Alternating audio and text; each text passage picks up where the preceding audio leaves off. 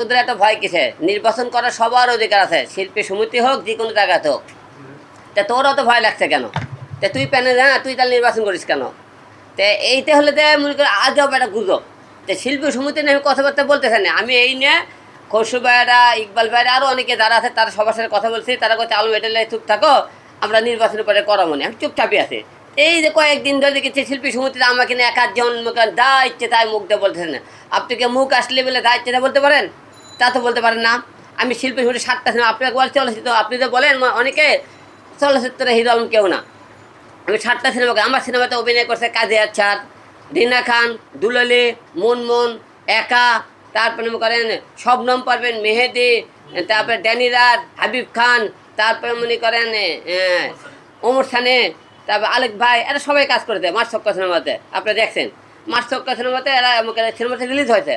সিনেমায় ও মার্চক্কা আমি প্রযোজক না, মঈন বিশ্বাস প্রযোজক ছিল, ওটা আমি হিরো ছিলাম।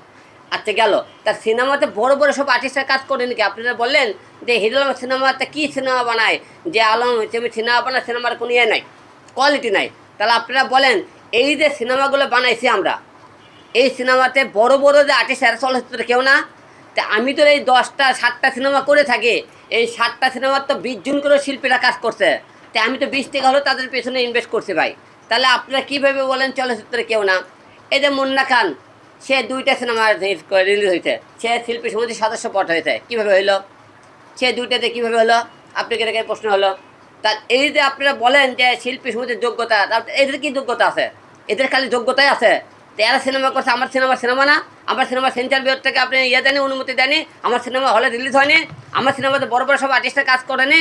তাহলে কীভাবে আপনারা বলেন যে হিরো আলম চলচ্চিত্রের কেউ না? তা এই যে একের পর এক কথাবার্তা বলতেছেন, আমার বিরুদ্ধে এসব গুজব কেন সরাইতেছেন আপনারা? তো শিল্পী সমিতির সদস্য পদ নিয়ে আপনারা অনেকেই কয়েকটা কথাবার্তা বলেন। আমার তো শিল্পী সদস্য পদটা আমি চলতে পারবো না, আমাকে লোকজন চেনে না। আপনারা যারা বড় বড় কথাবার্তা বলেন, আপনাদের থেকে একদিন হলেও একটা লোক হলে হিরো বেশি আছে দর্শক। আপনারা যারা বড় বড় কথা বলেন না, আপনাকে ওপেন চ্যালেঞ্জ করলাম। আপনারা যারা বড় বড় হিরোর ধিক্কার দিয়ে নিচু করে কথা বলেন, আপনার থেকে 10টা হলেও আমার জনগণ বেশি আছে। আপনাকে চ্যালেঞ্জ করলাম, আপনারা যারা যারা বলেন যে আপনারা ভোট করেন পারলে আমার সাথে আছে, যারা যারা আমাকে নিয়ে কথা বললেন, এক মোড়ে হিরো আলম, এক মোড়ে আপনারা ভোট করে দেখাইন। আপনারা চলচ্চিত্র বড় বড় কথাবার্তা বলেন, তো হিরো আলম চিনে গেছেন না। তো আপনারা চলচ্চিত্র শিল্পী সমিতির সদস্য পদ দেন না কে, সেটা আপনারা ভালো জানেন। এটার উত্তরও আপনারা দেন না, আমাকে কেন দেন না তারও উত্তর চাই দেন না। এই জন্যে আপনারা কয়েকদিন ধরে দেখছিলেন, আপনার অনন্য মামুনের সাথে একটা কল রেকর্ড আপনার ভাইরাল হয়েছে। আমাদের প্রজেক্ট সমিতি একটা গ্রুপ আছে, সেখানে আমরা আলোচনা করেছি যে আমাকে শিল্পী সমিতির সদস্য পদ কেন দেয় না। তো যখন আপনি সদস্য পদ দিতেছেন না, তখন তো আপনি কেন মামলার কথা কখন বলেছি আমি? তা কেন মামলা করবেন? মামলা মানে কি? আমার তো মামলা করার রাইট নাই। আমি আপনাকে লিগ্যাল নোটিশ পাঠাবো আপনাকে, যে আপনাকে মুখে কথা বলতে তো লজ্জা লাগে।